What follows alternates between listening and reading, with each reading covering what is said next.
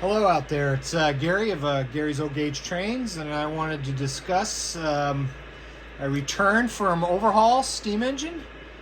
This is going to be a Tales from the Harmon Shop. As you recall, last December, if you saw my update video, I talked about this engine a little bit and how it was a shelf queen because it was a very poor performer. So I sent it down to Harmon Yard, aka Pat. If you've seen him on some of the forums, he's a mechanical whiz, especially when it comes to Lionel's crappy gearboxes. But that's probably one of the issues why I sent this engine to him is this one had a crappy gearbox. So what he found, I sent it to him probably early December, somewhere around there. I forget. The gearbox. We suspected that the Weaver gearbox was junk. Luckily, it wasn't junk, but it was missing some bushings. There was too much forward and reverse play in the shaft. The motor would turn at least what Pat told me is one complete revolution before the wheels even started turning because the worm gear was moving up back and forth so much. So some bushings, got rid of the excess play. Problem one solved. Problem two is even though this one had a pitman, we didn't think it had a pitman, but it had a pitman. The pitman was defective. Terrible low-end response, and I want low-end response. Swap the pitman. Problem number 3 solved. Problem number 4 was the electric railroad cruise commander was crappy at low speeds. Swap that out with a new board. This at low speeds, this thing is smooth as silk. Problem number 4 was the poor TMCC reception we had. Weaver used these brass engines, used the tender isolated from the frame as the antenna. For some odd reason, the size of this tender and TMCC signals just didn't play well together. No matter what he tried, he couldn't get it to work.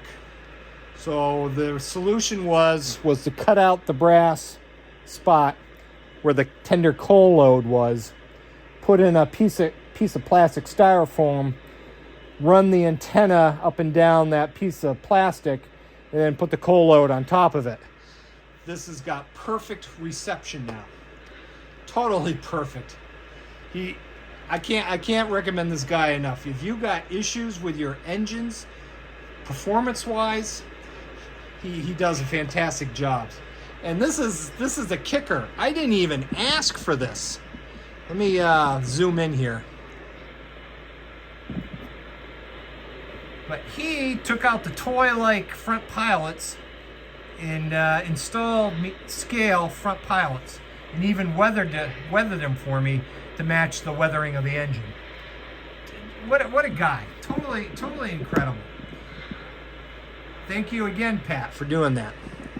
But enough of me talking here, but I do have to mention one thing.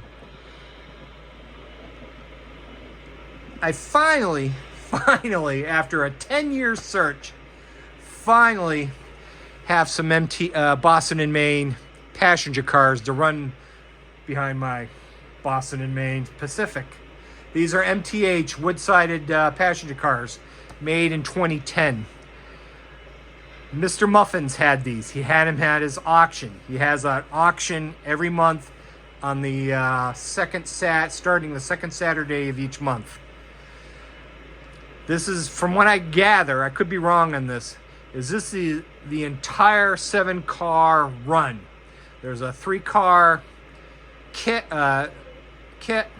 call it kit, and then 4 add-on cars. They are simply beautiful.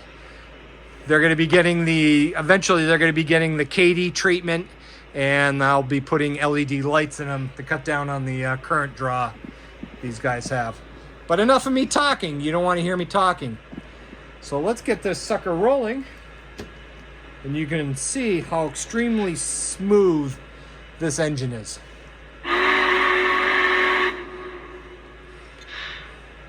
Dispatcher here. Please hold for track orders. Over. Copy that. Out. This is going to be speed step 1.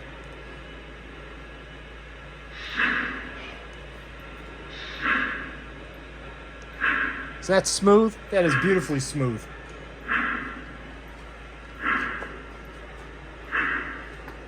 Let's see here. Sorry for the camera.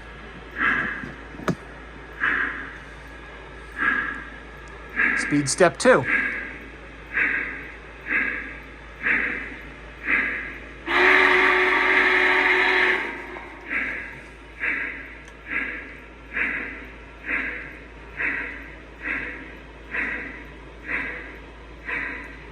Speed step 3.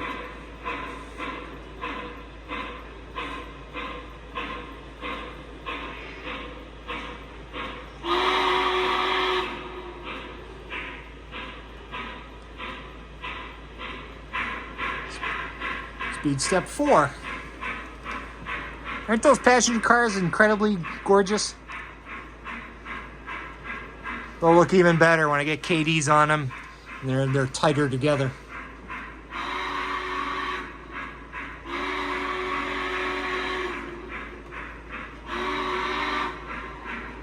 All right, guys and gals, enjoy. I hope to see you at the Amherst Train Show this weekend. I'll be there all day Saturday, which is tomorrow.